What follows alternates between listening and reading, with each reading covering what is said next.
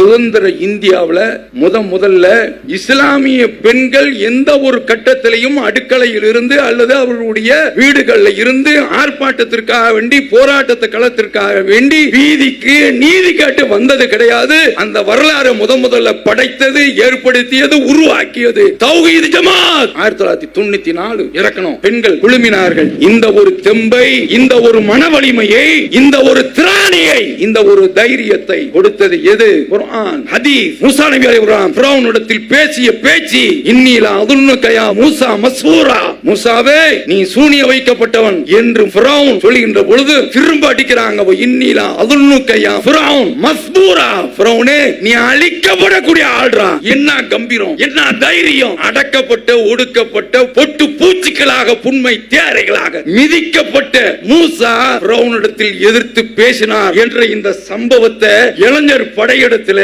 பட்டாளத்தில் தௌஹீத் ஜமாத்தில் உள்ள பேச்சாளர்கள் பதிய வைத்தார்கள். அதனாலதான் தயங்கல, தளரல, வந்து நின்னா உலக ஆதாயத்திற்காக வேண்டி அவன் வரவில்லை. அல்லாஹ் சொல்கின்றானே, ஒமாலி அஹதின் இன்தஹு மின் நிஅமத்தின் துஜ்ஸா இல்லப்திகா வஜ்ஹி ரப்பில் அலா, தன்னுடைய இறைவனுடைய அந்த திருமுகத்தை நாடியதற்காக வேண்டிய தவிர இந்த நல்ல காரியத்தில், இந்த சமூக பணியில் இறங்கவில்லை என்று அல்லாஹ் சொல்கின்றானே. அதனாலதான். அஸ்ஸலாமு அலைக்கும் வரஹ்மத்துல்லாஹி வபரகாத்துஹு. எல்லாம் அல்ல அல்லாஹுவின் நல்லடியார்களே, அல்லாஹுடைய மகத்தான கிருபையினால்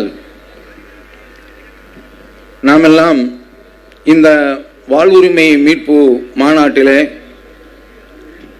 கடலாக குழுமியிருக்கின்றோம். இந்த நேரத்தில் எனக்கு தரப்பட்டிருக்கக்கூடிய தலைப்பு,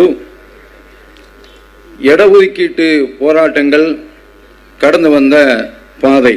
இடஒதுக்கீட்டு போராட்டம் என்று சொல்கின்ற போது, இந்த போராட்டத்தை நோக்கி நாம் ஏன் அகில இந்திய அளவில் இதற்கான ஒரு குரல் எழுப்பப்படாத ஒரு வேளையில ஒட்டுமொத்த இந்தியாவும் அமைதி காத்து கொண்டிருக்கக்கூடிய ஒரு தருணத்திலே 1990களில் இடஒதுக்கீடுக்காக வேண்டி தௌஹீத் ஜமாத் ஏன் குரல் கொடுக்க வேண்டும்? அன்றைய தினம் நாம் ஏகத்துவத்தில் தான் இருந்தோம். நாம் ஏன் இந்த இடஒதுக்கீடு போராட்டத்தின் பக்கம் தள்ளப்பட்டோம் என்ற ஒரு அடிப்படையை முதலில் நாம் புரிந்து கொள்ள வேண்டும். 1986 வாக்கில் தௌஹீத் சிந்தனை என் போன்றவர்களை தழுவி கொண்டது. தமிழகத்தில் இந்த கொள்கைக்காக வேண்டி அன்றைக்கு ஒரு அமைப்பு உருவாக்கப்பட்டது, ஜாக்கி என்ற அமைப்பு. அந்த அமைப்பின் கீழ் செயல்பட்டு கொண்டிருக்கக்கூடிய அந்த வேளையில இந்த இடஒதுக்கீட்டை நோக்கி நாம் தள்ளப்பட்டோம். இடஒதுக்கீடு என்பது சமுதாய மக்களுக்காக வேண்டி கல்வியில, வேலை வாய்ப்புல நமக்கு குறிப்பிட்ட சதவிகிதம், இந்தியா முழுவதுக்கும் அன்றைய தினத்தில் நாம் உரத்து சொன்னது 20% நாம் இருக்கின்றோம். அதற்கு தக்க இடஒதுக்கீடு வேண்டும் என்ற ஒரு குரலை, ஒரு கோரிக்கையை முன்வைத்தோம். இதில் இன்னொரு விஷயத்தையும் நாம் புரிந்து கொள்ள வேண்டும். பொதுவாக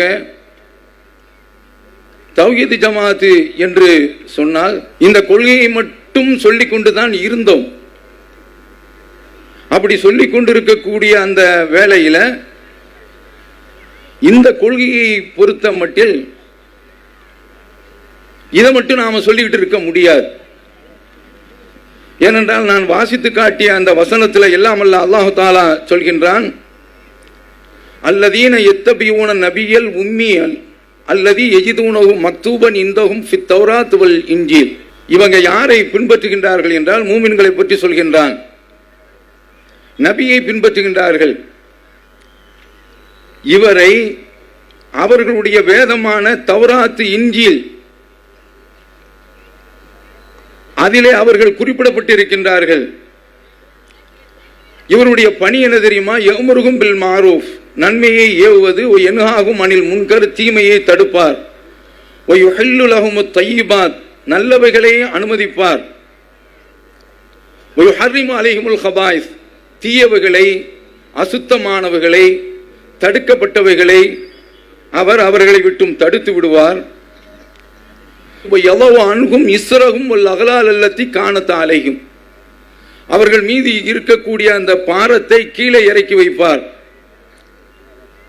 அவர்கள் மீது பூட்டப்பட்டிருக்கக்கூடிய விலங்குகளை, சங்கிலி தலைகளை உடைத்து எறிவார் என்று அல்லாஹ் முஹம்மது ஸல்லல்லாஹு அலைஹி வஸல்லம் அவர்களை பற்றி, அவர்களுடைய தூது செய்தியை பற்றி, அவர்களுடைய பணியை பற்றி குறிப்பிடுகின்ற பொழுது, சமூகத்தில் பாதிக்கப்பட்டிருக்கக்கூடிய அந்த மக்களுக்காக வேண்டி குரல் கொடுப்பார், அதற்காக வேண்டி அவர் போராடுவார் என்ற கருத்தை மையமாக கொண்டிருக்கக்கூடிய இந்த வசனத்தில் அல்லாஹ் தஆலா இறை தூதருடைய பணியை பற்றி பட்டியலிடுகின்றான். அந்த அடிப்படையில் தான் தௌஹீத் ஜமாத்தில் உள்ளவர்கள் இன்றைக்கு சமூக பணிகளில் ஈடுபடுகின்றார்கள் என்றால் இதற்கு அடிப்படை காரணம் இதுதான். அல்லாஹ் தஆலா இந்த தூது செய்திக்கு தேர்ந்தெடுத்த அந்த இறை தூதரை பார்க்கின்ற போது அவங்களுக்கு முதல்ல வஹி வருகின்றது. வந்தவுடனே நடுக்கத்துடன் திடுக்கத்துடன் ஹதீஜா ரலியல்லாஹு அன்ஹா அவர்களை வந்து சந்திக்கின்றார்கள்.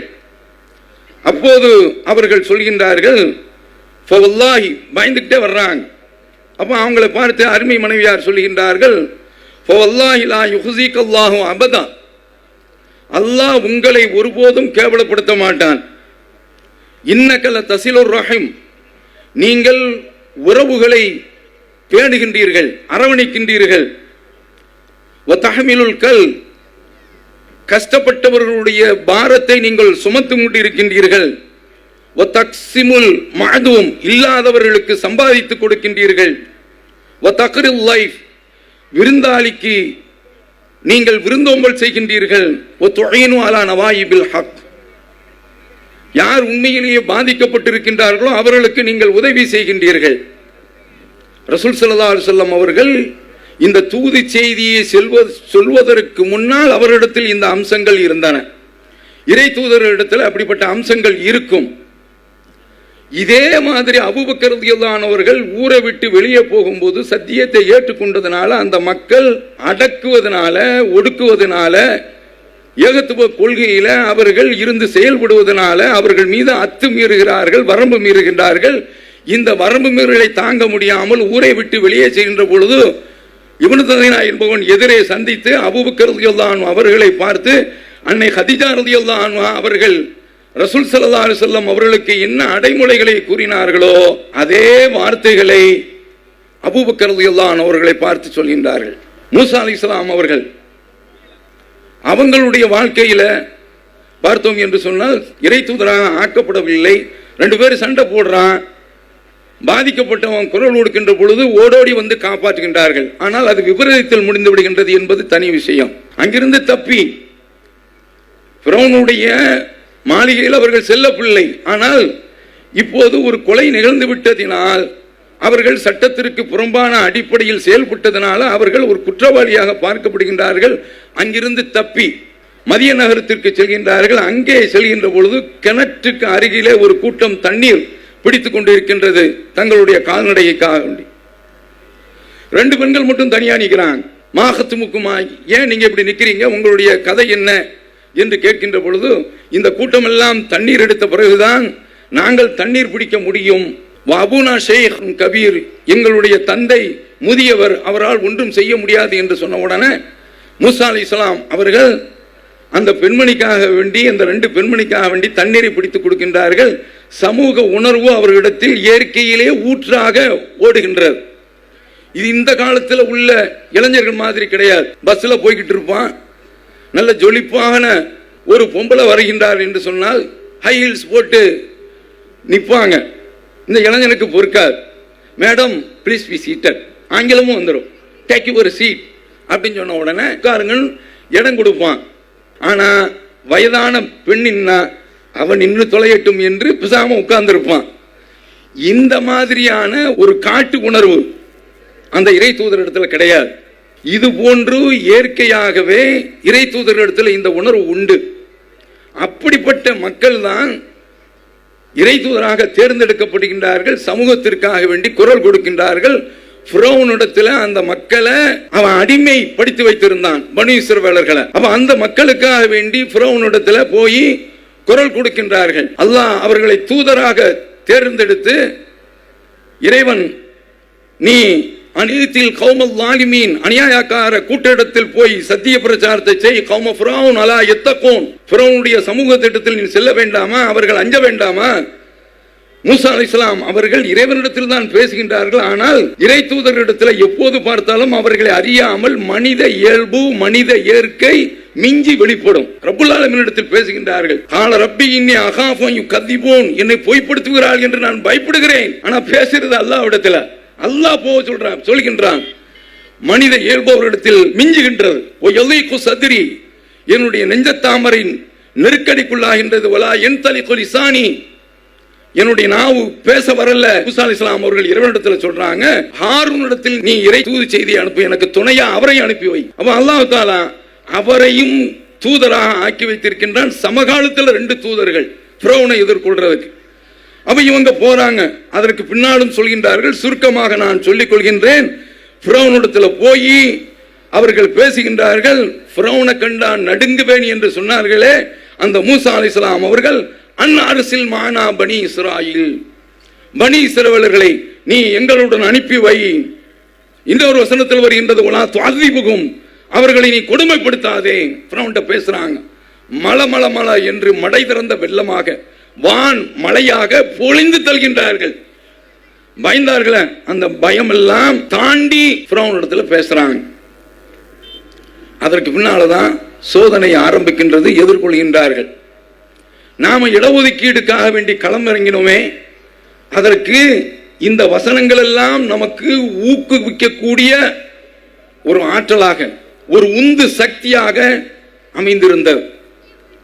இப்ப நமக்கு இந்த மாதிரியான ஒரு சமூக நல உணர்வு இருந்ததின் காரணத்தினால் அன்றைய சந்தர்ப்பத்தில் என்ன நடந்தது என்றால், 2 காரணிகள் நம்மை இடஒதுக்கீட்டை நோக்கி தள்ளியது. முதல் காரணம், பாபரி மஸ்ஜிது இடிக்கப்படுகின்றது 1992. 6 மணி நேரம் 7 மணி நேரம் இந்துத்துவ கும்பல்கள் கடப்பாறை, மண்வெட்டிகள், குண்டாந்தடிகள் அத்தனையும் எடுத்துக்கொண்டு, இத்தனைக்கு இடையில உச்ச நீதிமன்றத்தில் ஒரு செங்கலுக்கு கூட பாதிப்பு வராது என்று அப்போது முதல்வராக இருந்த கல்யாண சிங் குறிப்பிட்டிருந்தார். அதெல்லாம் பார்க்கல, வாய்ப்பை எதிர்பார்த்தாங்க. அதனால அத்தனையுமே உடைத்து தள்ளிவிட்டார்கள். அன்று அடித்து நொறுக்கப்பட்டதுதான் நம்முடைய பள்ளிவாசல். அப்ப இப்படி ஒரு பள்ளிவாசல் இடிக்கப்படுகின்றது. நாடு மௌனமாக கிடக்கின்றது.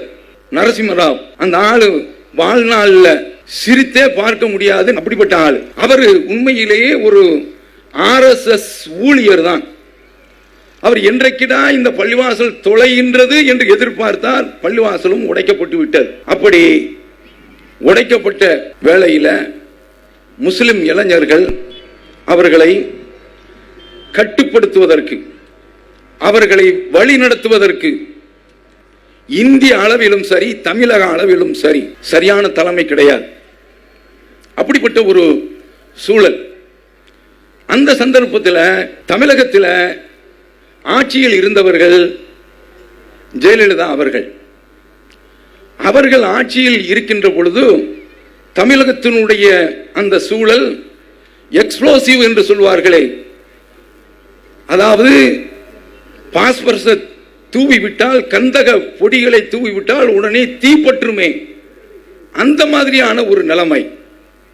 இந்துத்துவ ஆதிக்க சக்திகள் பட்டிமன்றம் நடத்துகின்றார்கள். காமத்தில் மிஞ்சியது கன்னிமேரியா, ஹதிஜாவா, மணி அம்மையா என்று பட்டிமன்றம் நடத்துகின்றார்கள். முஸ்லிம்கள் தகிதகிக்கின்றார்கள். முஸ்லிம் இளைஞர்கள் அவர்கள் ஒரு கட்டுக்கடங்காத ஒரு நிலைக்கு அவர்கள் செல்கின்றார்கள். இப்படிப்பட்ட ஒரு சூழ்நிலை தமிழகத்தில் நிலவுகின்றது. அப்போ இந்த மாதிரியான ஒரு கட்டத்தில் பார்க்கின்ற பொழுது 1995 இது நடந்தது. 1992 பல இடங்கள்ல முஸ்லிம் இளைஞர்கள் பலவிதமான முடிவுல இறங்கி அவர்கள் தடியெடுத்தவெல்லாம் தண்டல்காரன் என்பது போன்று தங்களுடைய உணர்ச்சிகளை கொப்பளிக்கின்றார்கள், கொட்டுகின்றார்கள். அது சமுதாயத்தின் மீது வந்து விழுகின்றது. குர்ஆன் தான் வன்முறையை தூண்டுகின்றது என்பது போன்ற ஒரு சித்தாந்தம் மக்களிடத்தில் சங்கிகளால் திட்டமிட்டு பரப்பப்படுகின்றது. இப்படிப்பட்ட ஒரு நிலை. முஸ்லிம்கள் அன்றைய தினம் காங்கிரஸ் கட்சியை நம்பி இருந்தார்கள். அந்த காங்கிரஸ் கட்சி தான் கை கழுவி விட்டது. இங்கே நான் ஒன்றை பதிவு வைத்துக் கொள்கின்றேன். நாங்கள் எந்த ஒரு அரசியல் கட்சிக்கும் ஆதரவானவர்களும் கிடையாது, எதிரானவர்களும் கிடையாது. நான் எந்த ஒரு கட்சியை பற்றி பேசும்போதும் யாருடைய மனமும் புண்பட வேண்டும் என்பது என்னுடைய நோக்கம் கிடையாது. நான் சொல்வது வரலாற்று ரீதியான ஒரு பார்வை. இந்த சமூகம் எப்படி பாதிப்புக்கு உள்ளானது, நாம் ஏன் இந்த இடஒதுக்கீட்டு கொள்கையின் பக்கம் நாம் சென்றோம் என்பதை எடுத்து வைப்பதற்காக வேண்டி இதை குறிப்பிடுகின்றேன். முதல் காரணம் பாபர் மஸ்ஜித் இடிப்பு.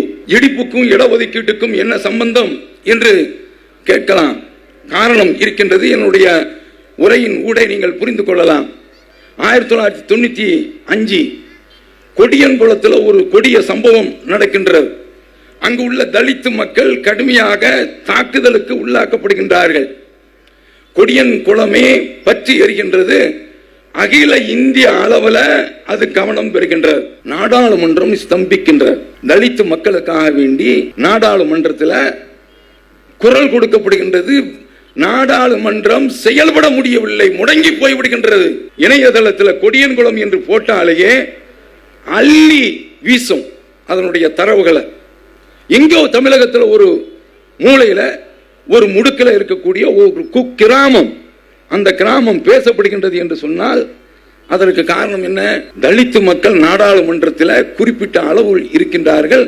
இஸ்லாமிய சமுதாயத்தில் 20% என்று வைத்துக் கொள்வோம், அல்லது ஒரு 13% என்று வைத்துக் கொள்வோம். அந்த அளவிற்கு நமக்கு நாடாளுமன்றத்தை ஸ்தம்பிக்க வைக்கக்கூடிய அளவில் பேசுவதற்கு ஆட்கள் இல்லை, உறுப்பினர்கள் இல்லை. அதான் கொடுமை. சிந்திக்கின்றோம், நம்மை சிந்திக்க வைக்கின்றது. நம்முடைய சமுதாயம் இன்றைக்கு இந்த அளவிற்கு பாதிப்புக்குள்ளாகின்றது.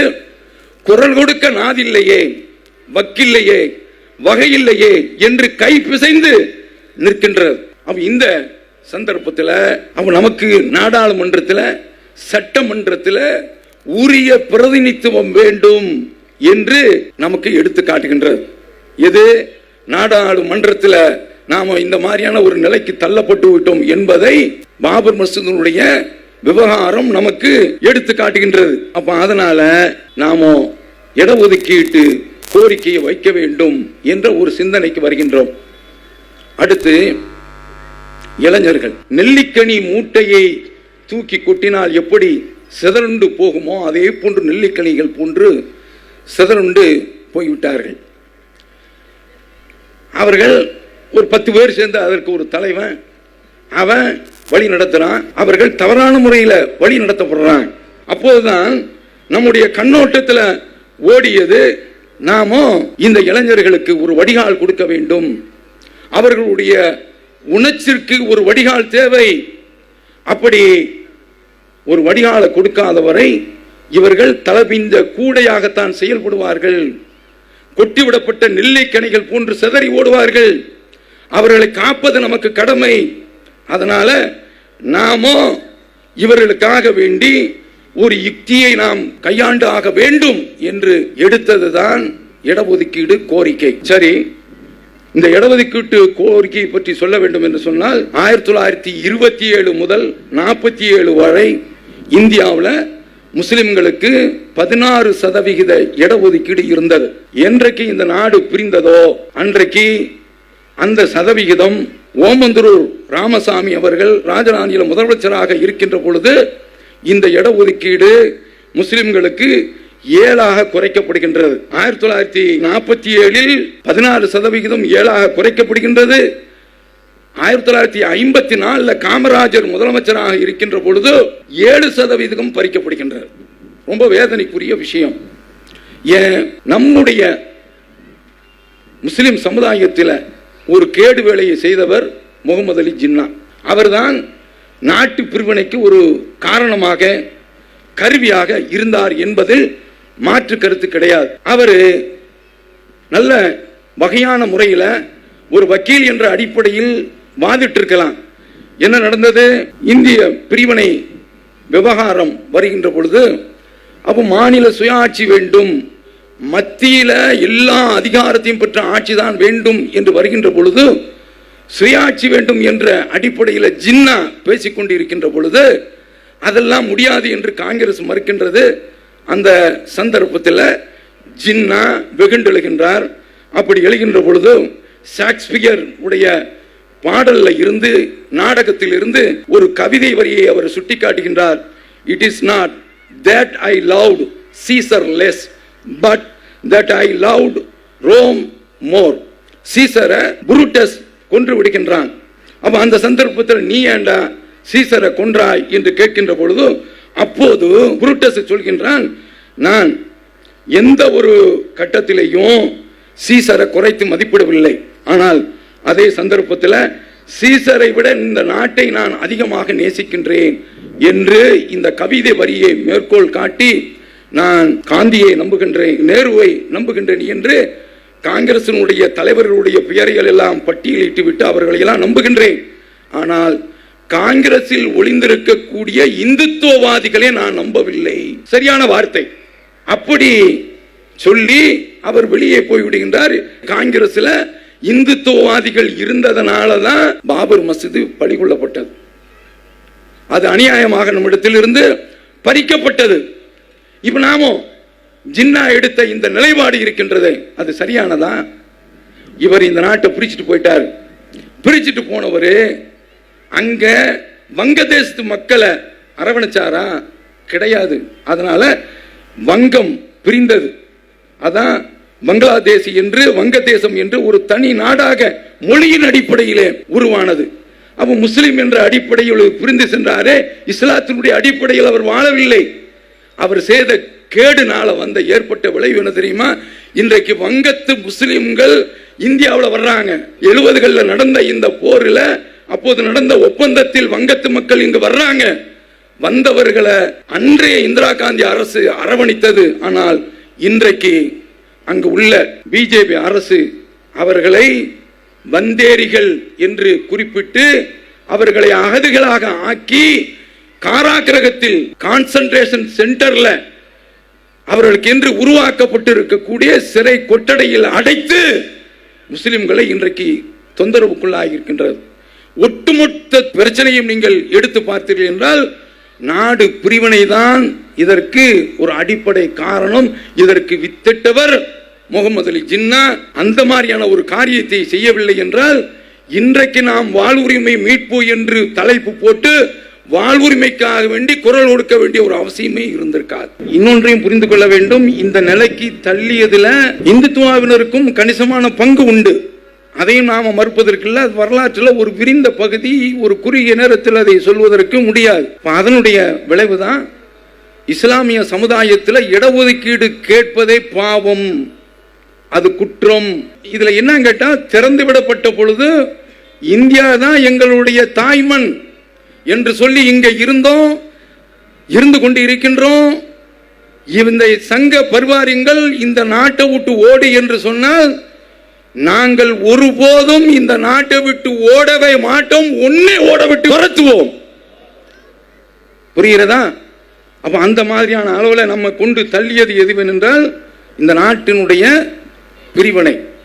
அப்ப அதனால இடஒதுக்கீடு கேட்டாலே அது பாவம், அது குற்றம் என்பது போன்ற ஒரு மனநிலை நம்மிடத்தில் தோற்றுவிக்கப்பட்டது.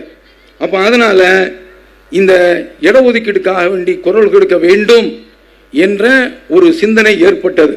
இது அல்லாம அன்றைய காலகட்டத்தில் இளைஞர்கள் கொத்து கொத்தாக தடாவுனுடைய சட்டத்தில் கைது செய்யப்பட்டாங்க. அதை கூட அன்றைக்கு முஸ்லீம் லீக்கினால் அதை எதிர்த்து பேச முடியவில்லை ஜெயலலிதாவுடைய ஆட்சியில்.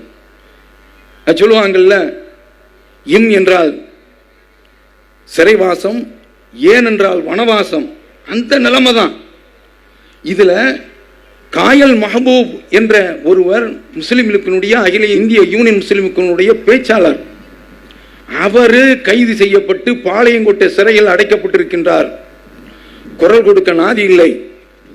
இந்த சந்தர்ப்பத்தில் மேலப்பாளையத்தில் 1994 முதல்ல தடாவை எதிர்த்து ஒரு பேரணி நடத்தப்படுகின்றது. அகில இந்திய அளவில் தடாவுக்கு எதிர்த்து குரல் கொடுப்பதற்கு ஆள் இல்லை, தமிழகத்தில் ஆள் இல்லை. அன்றைய தினத்தில் திமுகவா இருந்தாலும் சரிதான், அதிமுகவா இருந்தாலும் சரிதான், முஸ்லிம்களுக்கு சாதகங்களும் இருந்திருக்கின்றன, பாதகங்களும் இருந்திருக்கின்றன. அந்த மாதிரியான ஒரு காலகட்டத்தில் அவன் தடா பேரணி நடத்துறோம். சுப்ஹானல்லாஹ், சுதந்திர இந்தியாவில் முதல்ல தாய்மார்கள் தங்களுடைய பிள்ளை குட்டிகளுடன் ஒரு பேரணியில நடந்து வந்திருக்கிறார் என்று சொன்னால் அதற்கு காரணம் அவர்களை களத்திற்கு கொண்டு வந்தது, பேரணியில இறக்கி விட்டது. இஸ்லாமிய பெண்கள் எந்த ஒரு கட்டத்திலையும் அடுக்கலையில் இருந்து அல்லது அவர்களுடைய வீடுகளில் இருந்து ஆர்ப்பாட்டத்திற்காக வேண்டி, போராட்டத்தை களத்திற்காக வேண்டி வீதிக்கு நீதி கேட்டு வந்தது கிடையாது. அந்த வரலாறு முதல்ல படைத்தது, ஏற்படுத்தியது, உருவாக்கியது தௌஹீத் ஜமாத். 1994 இறக்கணும். பெண்கள் சாரசாரியாக வந்தார்கள், நம்மை எதிர்த்து பேசியவர்கள், நம்மீது எரிமலையாக வெடித்தவர்கள், சிதறியவர்கள் அந்த ஆர்ப்பாட்டத்தில் கலந்துக்கிட்டாங்க. இதுல என்ன முக்கியமான விஷயம் தெரியுமா? அப்போது தடாவில் கைது செய்யப்பட்டிருக்கக்கூடியவர்கள் தௌஹீத் ஜமாத்தை சார்ந்தவர்கள் கிடையாது. அவர்கள் காண்டி குரல் கொடுக்க முதல்ல 1994 களம் இறங்கின்றோம். ஒரு கட்டம் இருந்தது. காவல்துறை என்று சொன்னாலே முஸ்லிம்கள் பயப்படக்கூடிய நிலைமை, காக்கி சட்டை என்று சொன்னாலே பயப்படக்கூடிய நிலைமை.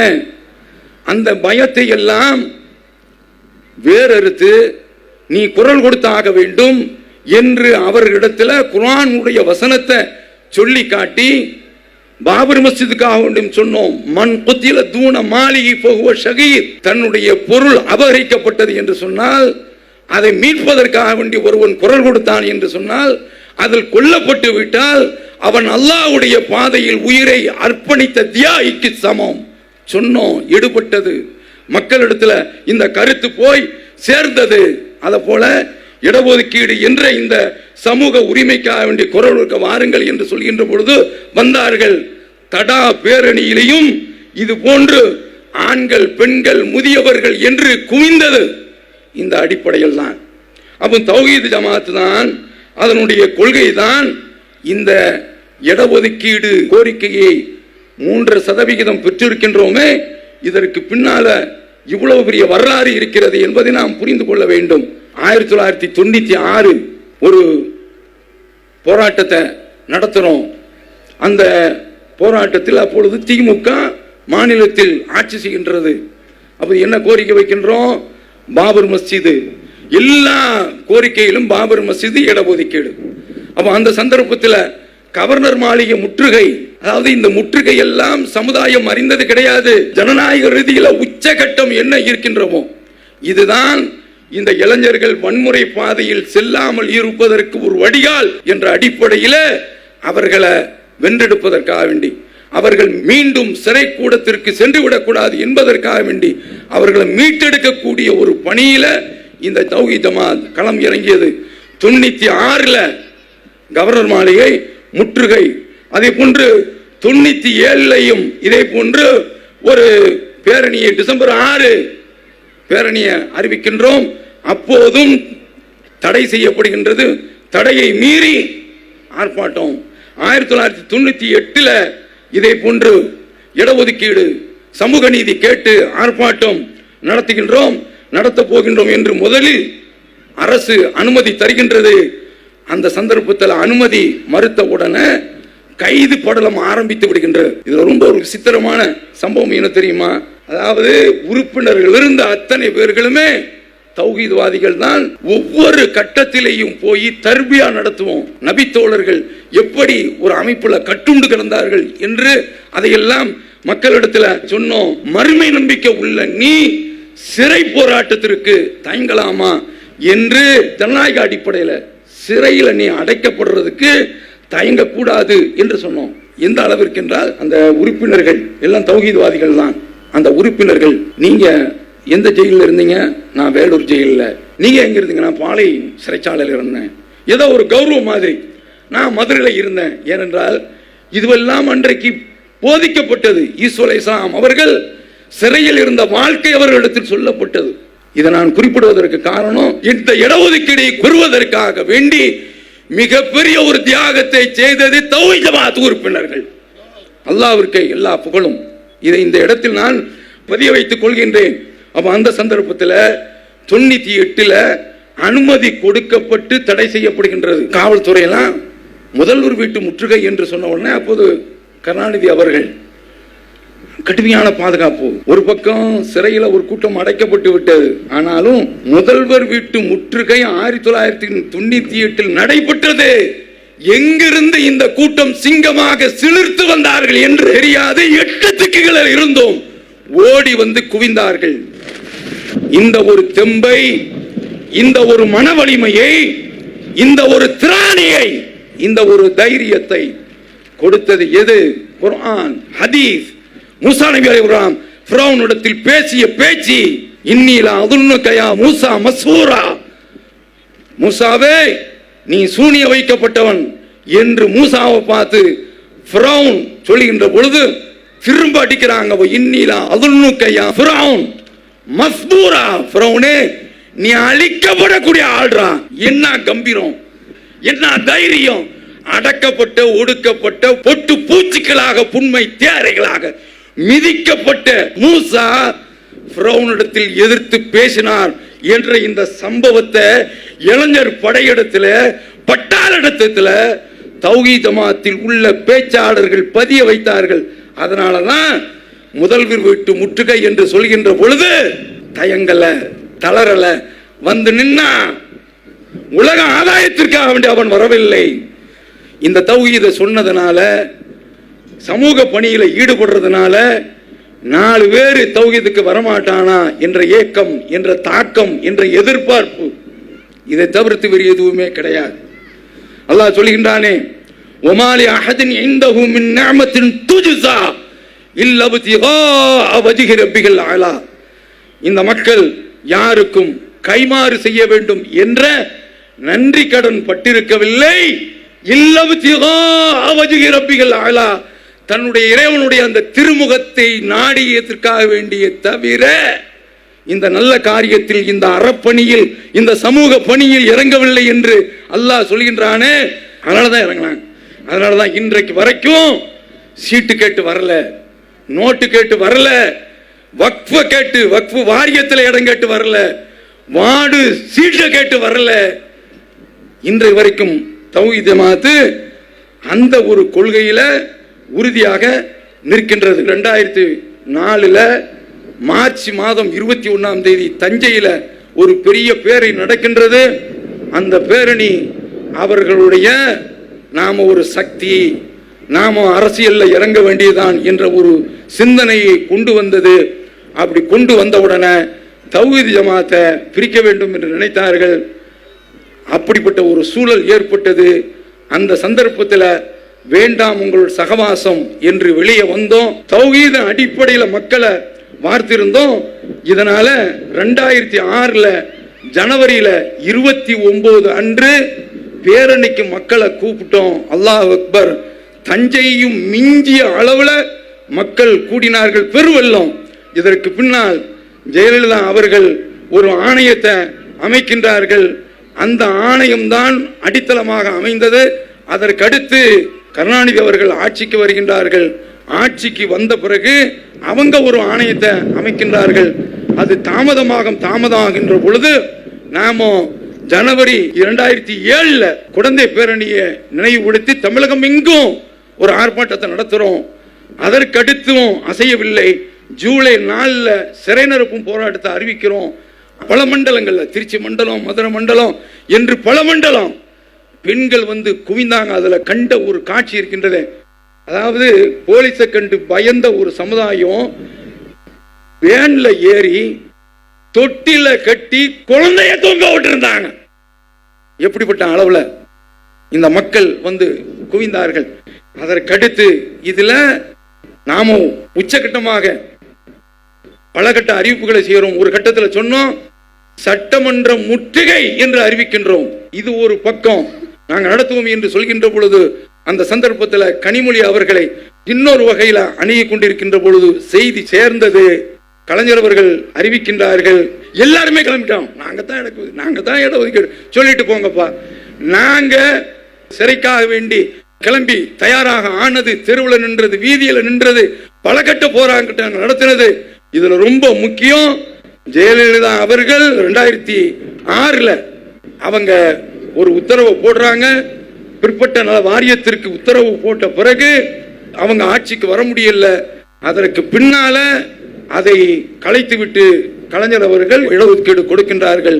இது மாநிலத்தில் உள்ள இடஒதுக்கீடுக்காக வேண்டி நாம எடுத்த கோரிக்கை. இப்போது கூட முதல்வரை நாங்கள் ஸ்டாலின் அவர்களை சந்தித்த பொழுது நீங்க ஒரு பொதுக்கூட்டத்தில் சொன்னீங்க, தேர்தலுக்கு முந்தி நாங்கள் ஆட்சிக்கு வந்தால் முஸ்லிம்களுக்கு 3% 5% ஆக்குவோம் என்று சொன்னீர்கள். இன்றைக்கு மற்ற இயக்கமும் பேச முடியாது, ஏனென்றால் அவர்கள் எம்எல்ஏ சீட்டை வாங்கியிருக்கின்றார்கள். இந்த ஜமாத்து துணிந்து பேசும் அல்லாஹ்வுக்காக வேண்டி சொல்லிக் கொண்டிருக்கின்றோம். கடிதத்தின் மூலமாக 5% தாருங்கள் என்று நாங்கள் கேட்டிருக்கிறோம், மத்தியிலும் கேட்டிருக்கிறோம். இந்த அடிப்படையில் இப்படி ஒரு போராட்டத்தை 2010 நடத்தி டாக்டர் மன்மோகன் சிங் அவர்களையும் போய் நேரில் சந்தித்து, ஏனென்றால் காங்கிரஸ் அரசு 2004 தேர்தலில் வாக்குறுதியாக கொடுத்தது அது கிடப்புல போட்டிருத்து. அதற்காக வேண்டிய ஒரு ஆர்ப்பாட்டத்தை நடத்தி மக்கள் கூட்டத்தை திரட்டி சென்னையில மிகப்பெரிய அளவுல கடல் போன்று மக்களை அழைத்து தீவு திடல்ல ஒரு பெரிய மாநாடு நடத்தி 2010 டாக்டர் மன்மோகன் சிங் அவர்களை சந்தித்தோம், சோனியா காந்தி அவர்களை சந்தித்தோம். அவன் அப்படியும் கொடுத்து விட்டு வந்தோம். ஆனால் அந்த இடஒதுக்கீடு கோரிக்கை நிறைவேறவில்லை. ஆனால் எங்களுடைய இந்த வாழ்வுரிமை மீட்பு போராட்டம், இவன் குடியுரிமையை பறிக்க நினைக்கிறான், அதெல்லாம் நடக்காது. நாங்க இந்த இடஒதுக்கீட்டை இந்திய திருநாட்டில் ஒருபோதும் ஓய மாட்டோம், உறங்க மாட்டோம் என்று அழுத்தமாக தெரிவித்துக் கொண்டு என்னுடைய இந்த உரையை நிறைவு செய்கிறேன். வாஹிரு தவானா அனில் அல்ஹம்துலில்லாஹி ரப்பில் ஆலமீன். வஸ்ஸலாமு அலைக்கும் வரஹ்மத்துல்லாஹி வபரகாத்துஹு.